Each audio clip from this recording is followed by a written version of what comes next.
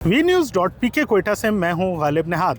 बलूचिस्तान हुकूमत ने अपना आइंदा माली साल 2026-27 का बजट आज ऐवान में पेश किया, जिसका कुल हुजम 1099 अरब रुपए रखा गया।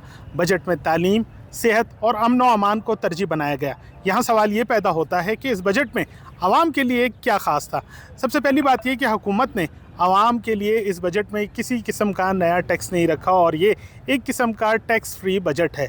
दूसरी जानिब अगर बात करें सरकारी मुलाजमीन की, तो सरकारी मुलाजमीन की तनख्वाहों और पेंशन्स में 7% से ज़ायद का इजाफा किया गया। इसके अलावा तलबा के लिए भी इस बजट में बहुत कुछ रखा गया है, जिसमें खसूसी तौर पर तकरीबन 5000 असामियाँ रखी गई इस बजट में।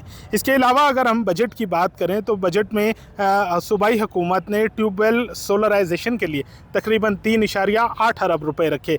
इसके अलावा सेहत के शोबे में जो हेल्थ कार्ड की सहूलत आवाम को फराहम की जा रही थी, उसकी रकम को मज़ीद 1.5 अरब रुपए बढ़ा दिया गया है। इसके अलावा स्कॉलरशिप की मद में भी एक खतीर रकम रखी गई है जो मुस्तकबिल में तलबा के काम आएगी। ताहाल इस बजट पर अवामी राय तो अब तक सामने नहीं आई, अलबत्ता हुकूमत की जानिब से ये दावा किया जा रहा है कि ये एक आवाम दोस्त बजट है।